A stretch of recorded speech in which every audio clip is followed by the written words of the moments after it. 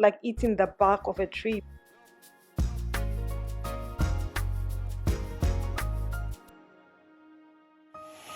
In today's video, I'm going to be showing you how to make a mango jam or mango and hibiscus jam without using any additional pectin or any additional additives or preservatives.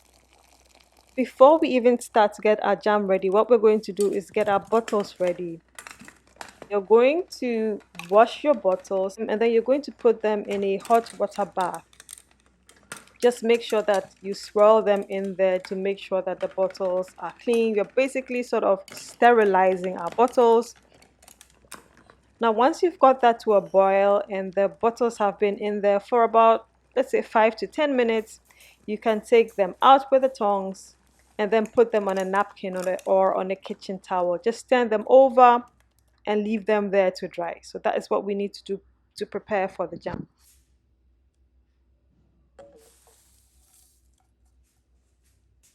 For this recipe, we're just going to be needing some mango, some hibiscus as well, orange juice as our source of pectin, so to speak.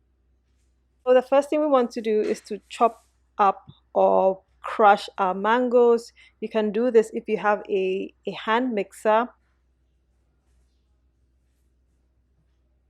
We're going to pour in the crushed mangoes as well as the sugar, the orange juice.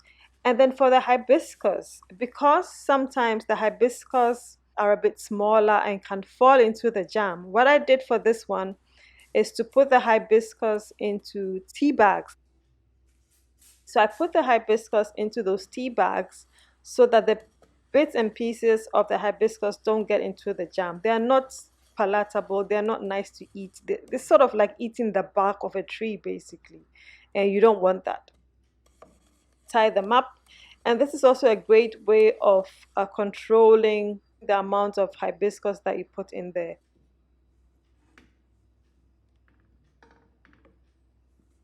During the course of making the jam, you see that I gently press the tea bag to let some of that hibiscus out.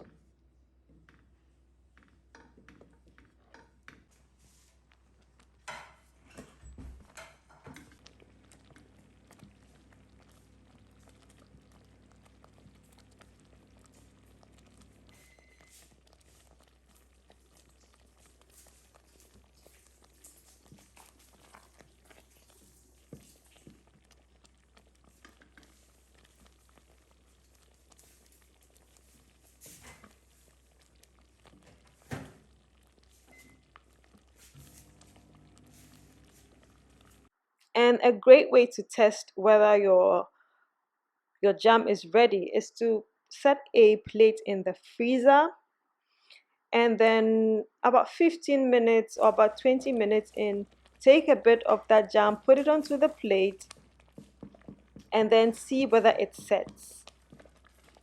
It should not be runny, so when you put it on the plate and you sort of tilt it, it shouldn't run down quickly. I'll insert a video in here so that you can see as well. So that is our jam all done. Once the jam is ready, we'll pour that into the bottles. Don't fill it completely, and close the lid properly, and then turn that upside down. We do this so that we can sort of create a vacuum.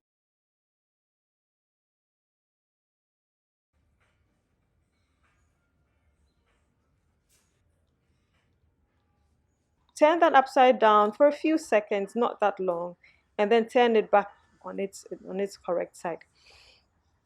And now you just leave it to stand until it's cool, and then you can refrigerate it. Store it in the fridge if you're not using it immediately. Happy eating!